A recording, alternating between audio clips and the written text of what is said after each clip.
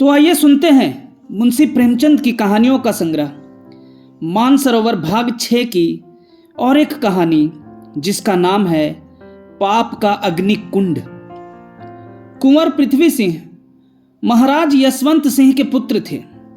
रूप, गुण और विद्या में प्रसिद्ध थे। ईरान, मिस्र, श्याम आदि देशों में परिभ्रमण कर चुके थे और कई भाषाओं के पंडित समझे जाते थे। इनकी एक बहन थी जिसका नाम राजनंदिनी था। यह भी जैसे सुरूपवती और सर्वगुण संपन्न थी, वैसी ही प्रसन्न वदना और मृदुभाषिणी भी थी। कड़वी बात कहकर किसी का जी दुखाना उसे पसंद नहीं था। पाप को तो वह अपने पास भी नहीं फटकने देती थी। यहां तक कि कई बार महाराज यशवंत से भी वाद विवाद कर चुकी थी और जब कभी उन्हें किसी बहाने कोई अनुचित काम करते देखती तो उसे यथाशक्ति रोकने की चेष्टा करती। इसका ब्याह कुंवर धर्म सिंह से हुआ था। यह एक छोटी रियासत का अधिकारी और महाराज यशवंत सिंह की सेना का उच्च पदाधिकारी था। धर्म सिंह बड़ा उदार और कर्मवीर था। इसे होनहार देखकर महाराज ने राजनंदिनी को इसके साथ ब्याह दिया था और दोनों बड़े प्रेम से अपना वैवाहिक जीवन बिताते थे। धर्म सिंह अधिकतर जोधपुर में ही रहता था। पृथ्वी सिंह उसके गाढ़े मित्र थे। इनमें जैसी मित्रता थी वैसी भाइयों में भी नहीं होती। जिस प्रकार इन दोनों राजकुमारों में मित्रता थी, उसी प्रकार दोनों राजकुमारियां भी एक दूसरी पर जान देती थी। पृथ्वी सिंह की स्त्री दुर्गा कुंवरी बहुत सुशील और चतुर थी। ननद भावज में अनबन होना लोक रीति है, पर इन दोनों में इतना स्नेह था कि एक के बिना दूसरी को कभी कल नहीं पड़ता था। दोनों स्त्रियां संस्कृत से प्रेम रखती थी। एक दिन दोनों राजकुमारियां बाग की सैर में मग्न थी कि एक दासी ने राजनंदिनी के हाथ में एक कागज लाकर रख दिया। राजनंदिनी ने उसे खोला तो वह संस्कृत का एक पत्र था। उसे पढ़कर उसने दासी से कहा कि उन्हें भेज दो। थोड़ी देर में एक स्त्री सिर से पैर तक चादर ओढ़े आती दिखाई दी। इसकी उम्र 25 साल से अधिक न थी, पर रंग पीला था, आंखें बड़ी और ओंठ सूखे। चाल ढाल में कोमलता थी और उसके डिलडौल की गठन बहुत मनोहर थी। अनुमान से जान पड़ता था कि समय ने इसकी वह दशा कर रखी है, पर एक समय वह भी होगा जब यह बड़ी सुंदर होगी। इस स्त्री ने आकर चौखट चूमी और आशीर्वाद देकर फर्श पर बैठ गई। राजनंदिनी ने इसे सिर से पैर तक बड़े ध्यान से देखा और पूछा, तुम्हारा नाम क्या है? उसने उत्तर दिया, मुझे व्रजविलासिनी कहते हैं। कहाँ रहती हो? यहां से 3 दिन की राह पर एक गांव विक्रमनगर है, वहां मेरा घर है। संस्कृत कहां पढ़ी है? मेरे पिताजी संस्कृत के बड़े पंडित थे, उन्होंने थोड़ी बहुत पढ़ा दी है। तुम्हारा ब्याह तो हो गया है ना? ब्याह का नाम सुनते ही व्रजविलासिनी की आंखों से आंसू बहने लगे। वह आवाज संभाल कर बोली, इसका जवाब मैं फिर कभी दूंगी। मेरी राम कहानी बड़ी दुखमय है। उसे सुनकर आपको दुख होगा, इसलिए इस समय क्षमा कीजिए। आज से व्रजविलासिनी वहीं रहने लगी। संस्कृत साहित्य में उसका बहुत प्रवेश था। वह राजकुमारियों को प्रतिदिन रोचक कविता पढ़कर सुनाती थी। उसके रंग, रूप और विद्या ने धीरे धीरे राजकुमारियों के मन में उसके प्रति प्रेम और प्रतिष्ठा उत्पन्न कर दी। यहाँ तक कि राजकुमारियों और व्रजविलासिनी के बीच बड़ाई छोटाई उठ गई और वे सहेलियों की भांति रहने लगी। कई महीने बीत गए। कुंवर सिंह और धर्म सिंह दोनों महाराज के साथ अफगानिस्तान की मुहिम पर गए हुए थे।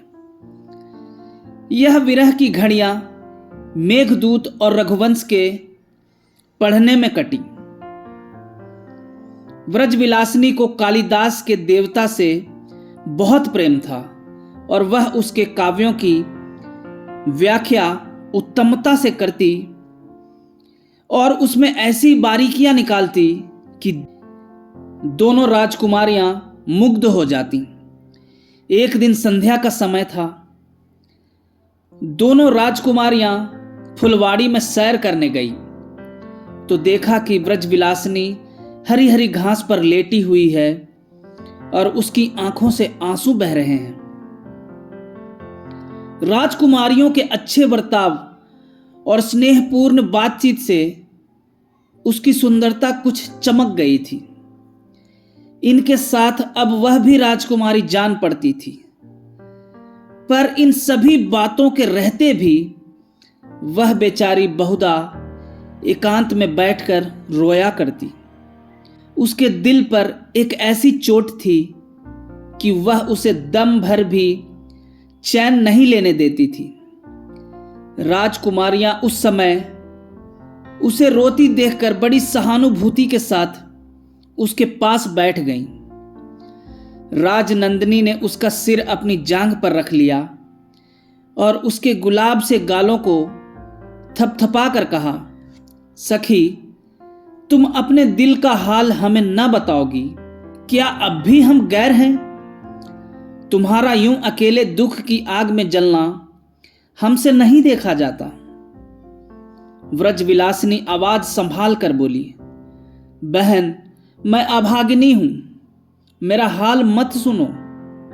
राजकुमारी, अगर बुरा ना मानो तो एक बात पूछूं? व्रजविलासिनी, क्या? कहो। राजकुमारी, वही जो मैंने पहले दिन पूछा था, तुम्हारा ब्याह हुआ है कि नहीं? व्रजविलासिनी, इसका जवाब मैं क्या दूं? अभी नहीं हुआ। राजकुमारी, क्या किसी का प्रेमवान हृदय में चुभा हुआ है? ब्रजविलासिनी, नहीं बहन, ईश्वर जानता है। राजकुमारी, तो इतनी उदास क्यों रहती हो?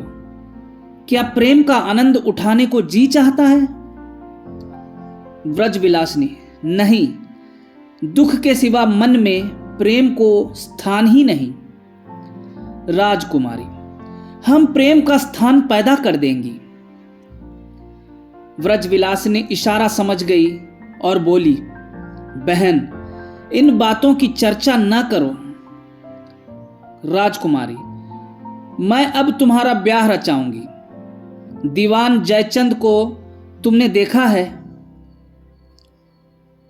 व्रजविलासिनी आंखों में आंसू भरकर बोली, राजकुमारी, मैं व्रतधारिणी हूं और अपने व्रत को पूरा करना ही मेरे जीवन का उद्देश्य है।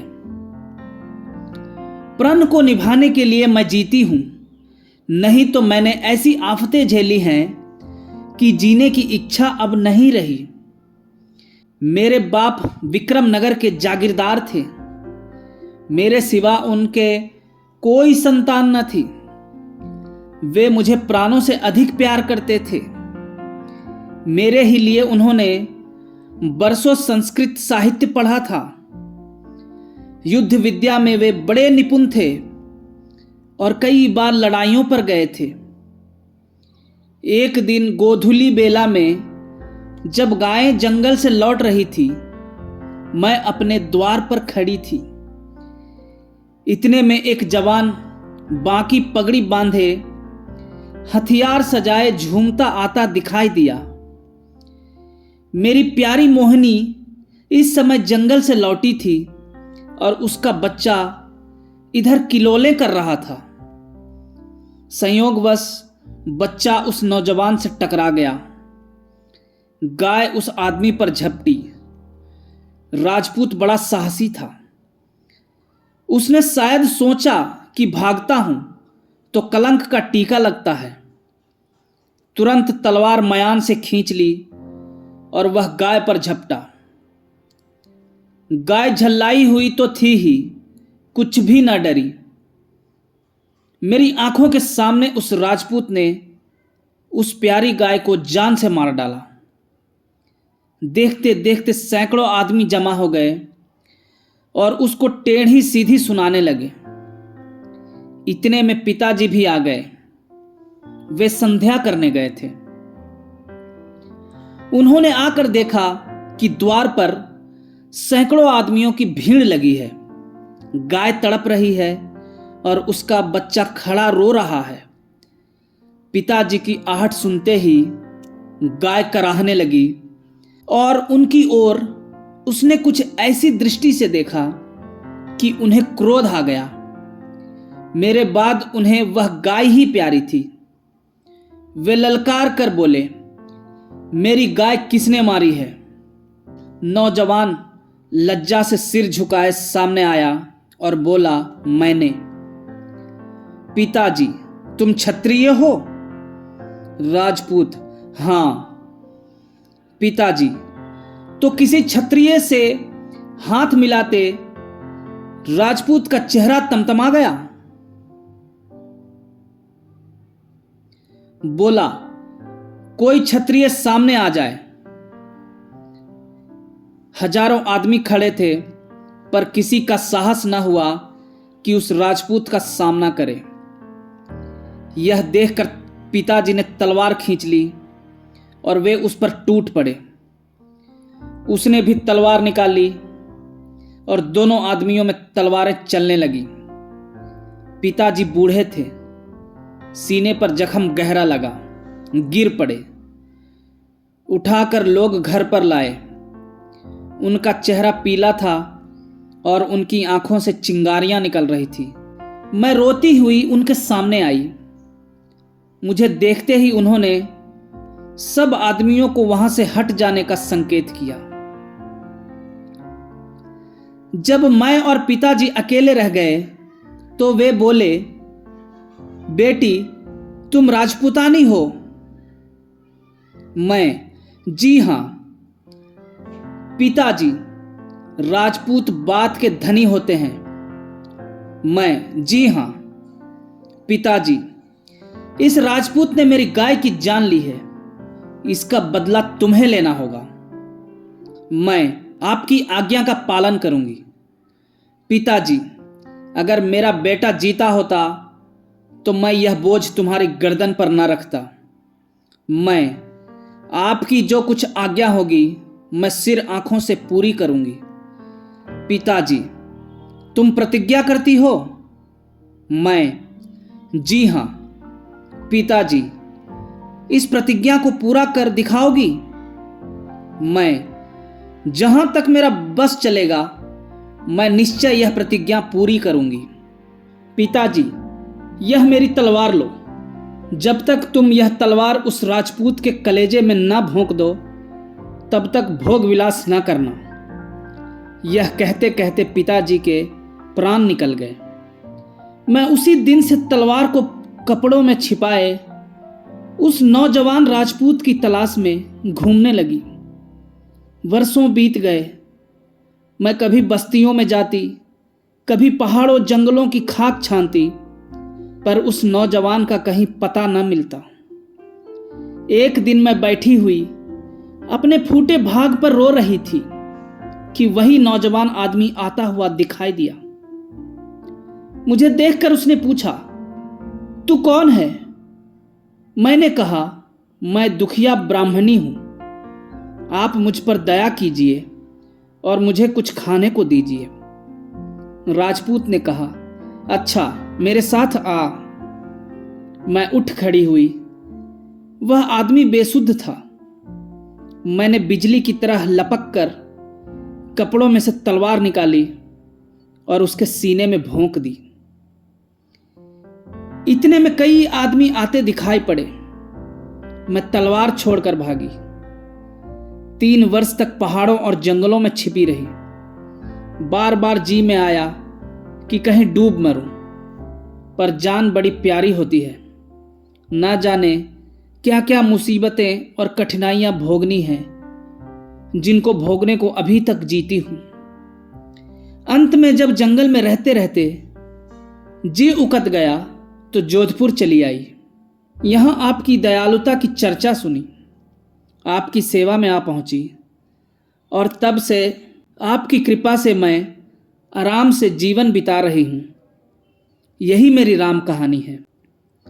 राजनंदिनी ने लंबी सांस लेकर कहा, दुनिया में कैसे कैसे लोग भरे हुए हैं। खैर, तुम्हारी तलवार ने उसका काम तो तमाम कर दिया। ब्रजविलासिनी, कहाँ बहन, वह बच गया। जख्म ओछा पड़ा था। उसी शकल के एक नौजवान राजपूत को मैंने जंगल में शिकार खेलते देखा था। नहीं मालूम वह था या और कोई, शकल बिल्कुल मिलती थी। कई महीने बीत गए। राजकुमारियों ने जब से ब्रजविलासिनी की राम कहानी सुनी है, उसके साथ वे और भी प्रेम और सहानुभूति का बर्ताव करने लगी हैं। पहले बिना संकोच कभी कभी छेड़छाड़ हो जाती थी, पर अब दोनों हरदम उसका दिल बहलाया करती हैं। एक दिन बादल घिरे हुए थे। राजनंदिनी ने कहा, आज बिहारी लाल की सत्सई सुनने को जी चाहता है। वर्षा ऋतु पर उसमें बहुत अच्छे दोहे हैं। दुर्गा कुंवरी, बड़ी अनमोल पुस्तक है। सखी, तुम्हारी बगल में जो अलमारी रखी है उसी में वह पुस्तक है, जरा निकालना। ब्रजविलासिनी ने पुस्तक उतारी और उसका पहला पृष्ठ खोला था कि उसके हाथ से पुस्तक छूटकर गिर पड़ी। उसके पहले पृष्ठ पर एक तस्वीर लगी हुई थी। वह उसी निर्दयी युवक की तस्वीर थी जो उसके बाप का हत्यारा था। ब्रजविलासिनी की आंखें लाल हो गई। त्योरी पर बल पड़ गए।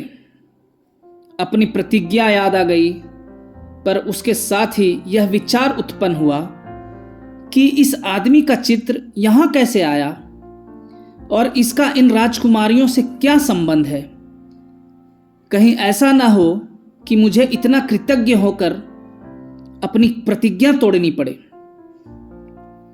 राजनंदिनी ने उसकी सूरत देखकर कहा, सखी, क्या बात है, यह क्रोध क्यों?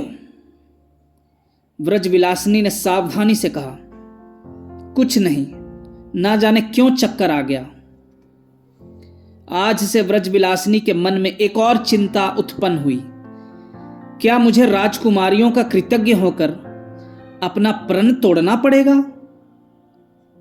पूरे 16 महीने के बाद अफगानिस्तान से पृथ्वी सिंह और धर्म सिंह लौटे। बादशाह की सेना को बड़ी बड़ी कठिनाइयों का सामना करना पड़ा। बर्फ अधिकता से पड़ने लगी। पहाड़ों के दर बर्फ से ढक गए। आने जाने के रास्ते बंद हो गए। रसद के सामान कम मिलने लगे। सिपाही भूखों मरने लगे। अब अफगानों ने समय पाकर रात को छापे मारने शुरू किए। आखिर शहजादे मुहियुद्दीन को हिम्मत हारकर लौटना पड़ा। दोनों राजकुमार ज्यों-ज्यों जोधपुर के निकट पहुंचते थे, उत्कंठा से उनके मन उमड़ आते थे। इतने दिनों के वियोग के बाद फिर भेंट होगी। मिलने की तृष्णा बढ़ती जाती है। रात दिन मंजिल काटते चले आते हैं। न थकावट मालूम होती है, न मांदगी। दोनों घायल हो रहे हैं, पर फिर भी मिलने की खुशी में जख्मों की तकलीफ भूले हुए हैं। पृथ्वी सिंह दुर्गा कुंवरी के लिए एक अफगानी कटार लाए हैं। धर्म सिंह ने राजनंदिनी के लिए कश्मीर का एक बहुमूल्य शाल जोड़ा मोल लिया है। दोनों के दिल उमंग से भरे हुए हैं। राजकुमारियों ने जब सुना कि दोनों वीर वापस आते हैं तो वे फूले अंगों न समाई। श्रृंगार किया जाने लगा, मांगे मोतियों से भरी जाने लगी, उनके चेहरे खुशी से दमकने लगे। इतने दिनों के बिछोह के बाद फिर मिलाप होगा। खुशी आंखों से उबली पड़ती है, एक दूसरे को छेड़ती है और खुश होकर गले मिलती है। अगहन का महीना था। बरगद की डालियों में मूंगे के दाने लगे हुए थे। जोधपुर के किले से सलामियों की घनगरज आवाजें आने लगी। सारे नगर में धूम मच गई कि कुंवर पृथ्वी सिंह सकुशल अफगानिस्तान से लौट आए। दोनों राजकुमारियां थाली में आरती के सामान लिए दरवाजे पर खड़ी थी। पृथ्वी सिंह दरबारियों के मुजरे लेते हुए महल में आए। दुर्गा कुंवरी ने आरती उतारी और दोनों एक दूसरे को देखकर खुश हो गए। धर्म सिंह भी प्रसन्नता से ऐंठते हुए अपने महल में पहुंचे, पर भीतर पैर रखने न पाए थे कि छींक हुई और बाईं आंख फड़कने लगी। राजनंदिनी आरती का थाल लेकर लपकी, पर उसका पैर फिसल गया और थाल हाथ से छूटकर गिर पड़ा। धर्म सिंह का माथा ठनका और राजनंदिनी का चेहरा पीला हो गया। यह असगुन क्यों? व्रजविलासिनी ने दोनों राजकुमारों के आने का समाचार सुनकर उन दोनों को देने के लिए 2 अभिनंदन पत्र बनवा रखे थे। सवेरे जब कुंवर पृथ्वी सिंह संध्या आदि नित्य क्रिया से निपट कर बैठे तो वह उनके सामने आई और उसके एक सुंदर कूस की चंगेली में अभिनंदन पत्र रख दिया। पृथ्वी सिंह ने उसे प्रसन्नता से ले लिया। कविता यद्यपि उतनी बढ़िया न थी, पर वह नई और वीरता से भरी हुई थी। वे वीर रस के प्रेमी थे। उसको पढ़कर बहुत खुश हुए और उन्होंने मोतियों का हार उपहार दिया। ब्रजविलासिनी यहां से छुट्टी पाकर कुंवर धर्म सिंह के पास पहुंची। वे बैठे हुए राजनंदिनी को लड़ाई की घटनाएं सुना रहे थे, पर ज्यों ही ब्रजविलासिनी की आंख उन पर पड़ी, वह सन्न होकर पीछे हट गई। उसको देखकर धर्म सिंह के चेहरे का भी रंग उड़ गया, होंठ सूख गए और हाथ पैर सनसनाने लगे।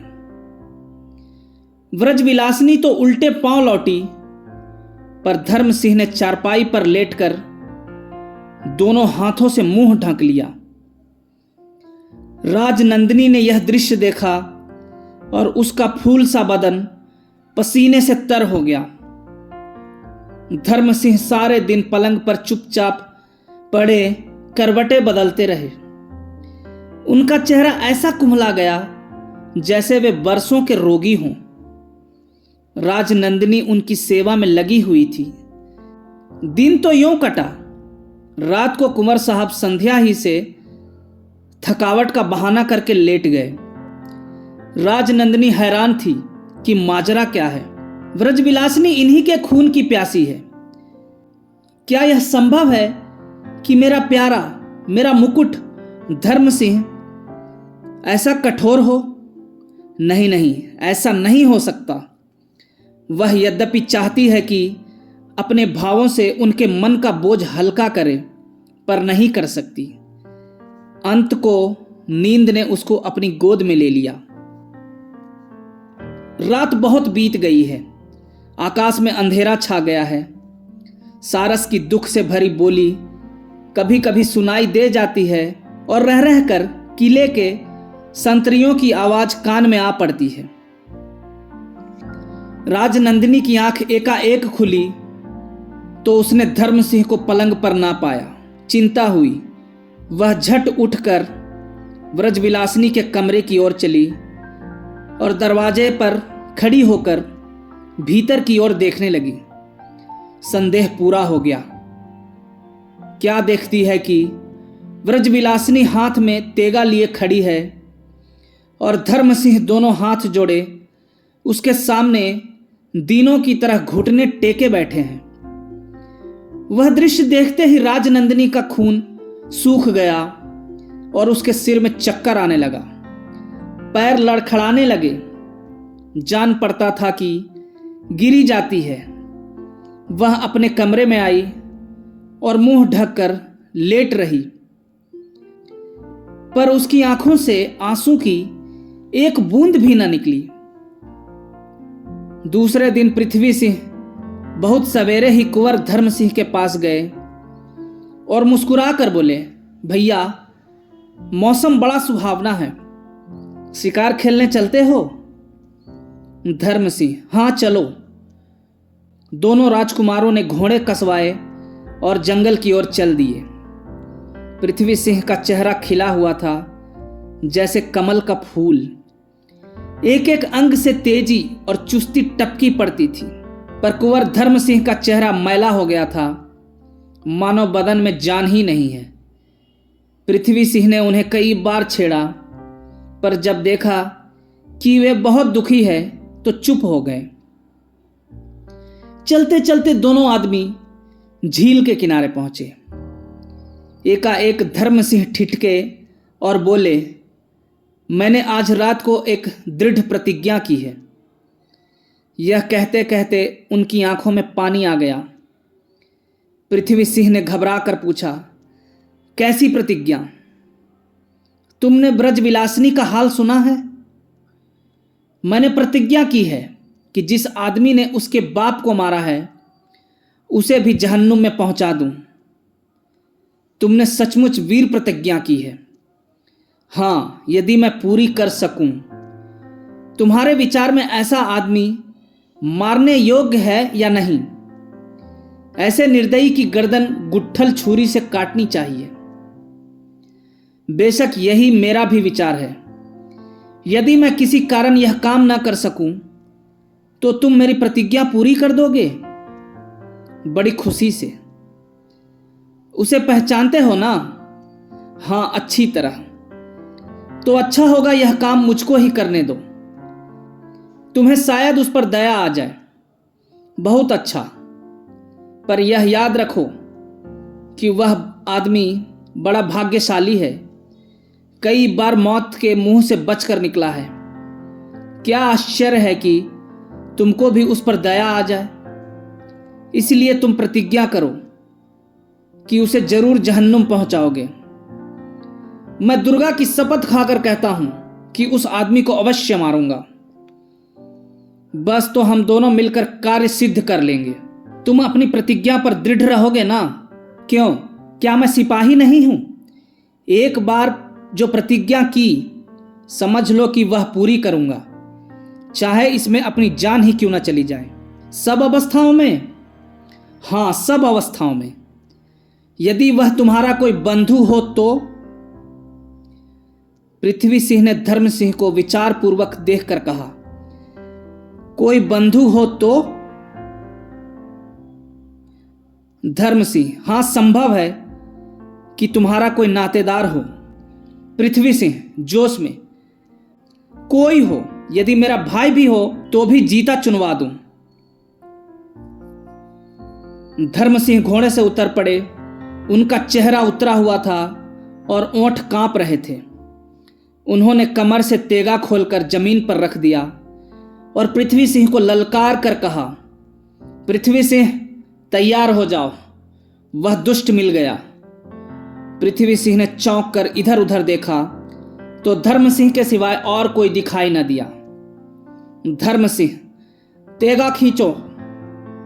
पृथ्वी सिंह, मैंने उसे नहीं देखा। धर्म सिंह, वह तुम्हारे सामने खड़ा है। वह दुष्ट कुकर्मी धर्म सिंह ही है। पृथ्वी सिंह घबराकर, ऐ तुम, मैं। धर्म सिंह, राजपूत, अपनी प्रतिज्ञा पूरी करो। इतना सुनते ही पृथ्वी सिंह ने बिजली की तरह अपने कमर से तेगा खींच लिया और उसे धर्म सिंह के सीने में चुभा दिया। मुठ तक तेगा चुभ गया, खून का फव्वारा बह निकला। धर्म सिंह जमीन पर गिरकर धीरे से बोले, पृथ्वी सिंह, मैं तुम्हारा बहुत कृतज्ञ हूं। तुम सच्चे वीर हो। तुमने पुरुष का कर्तव्य पुरुष की भांति पालन किया। पृथ्वी सिंह यह सुनकर जमीन पर बैठ गए और रोने लगे। जब राजनंदिनी सती होने जा रही है, उसने 16 श्रृंगार किए हैं और मांग मोतियों से भरवाई है। कलाई में सुहाग का कंगन है, पैरों में महावर लगाई है और लाल चुनरी ओढ़ी है। उसके अंग से सुगंधी उड़ रही है, क्योंकि आज वह सती होने जाती है। राजनंदिनी का चेहरा सूर्य की भांति प्रकाशमान है। उसकी ओर देखने से आंखों में चकाचौंध लग जाती है। प्रेम मद से उसका रोवां रोवां मस्त हो गया है। उसकी आंखों से अलौकिक प्रकाश निकल रहा है। वह आज स्वर्ग की देवी जान पड़ती है। उसकी चाल बड़ी मदमाती है। वह अपने प्यारे पति का सिर अपनी गोद में लेती है और उस चिता में बैठ जाती है जो चंदन खस आदि से बनाई गई है। सारे नगर के लोग यह दृश्य देखने के लिए उमड़े चले आते हैं। बाजे बज रहे हैं, फूलों की वृष्टि हो रही है। सती चिता पर बैठ चुकी थी। इतने में कुंवर पृथ्वी सिंह आए और हाथ जोड़कर बोले, महारानी, मेरा अपराध क्षमा करो। सती ने उत्तर दिया, क्षमा नहीं हो सकता। तुमने एक नौजवान राजपूत की जान ली है। तुम भी जवानी में मारे जाओगे। सती के वचन कभी झूठे हुए हैं। एकाएक चिता में आग लग गई। जय जयकार के शब्द गूंजने लगे। सती का मुख आग में यूं चमकता था जैसे सवेरे की ललाई में सूर्य चमकता है। थोड़ी देर में वहां राख के ढेर के सिवा और कुछ न रहा। इस सती के मन में कैसा सत्य था। परसों जब उसने व्रजविलासिनी को झिझक कर धर्म सिंह के सामने जाते देखा था, उसी समय से उसके दिल में संदेह हो गया था। पर जब रात को उसने देखा कि मेरा पति इस स्त्री के सामने दुखिया की तरह बैठा हुआ है, तब वह संदेह निश्चय की सीमा तक पहुंच गया और यही निश्चय अपने साथ सत्य लेता आया था। सवेरे जब धर्म सिंह उठे, तब राजनंदिनी ने कहा था कि मैं व्रजविलासिनी के शत्रु का सिर चाहती हूं, तुम्हें लाना होगा। और ऐसा ही हुआ। अपने सती होने के सब कारण राजनंदिनी ने जानबूझकर पैदा किए थे, क्योंकि उसके मन में सत्य था। पाप की आग कैसे तेज होती है, एक पाप ने कितनी जानें ली। राजवंश के 2 राजकुमार और 2 कुमारियां देखते देखते इस अग्निकुंड में स्वाहा हो गई। सती का वचन सच हुआ। साथ ही सप्ताह के भीतर पृथ्वी सिंह दिल्ली में कत्ल किए गए और दुर्गा कुमारी सती हो गई। धन्यवाद।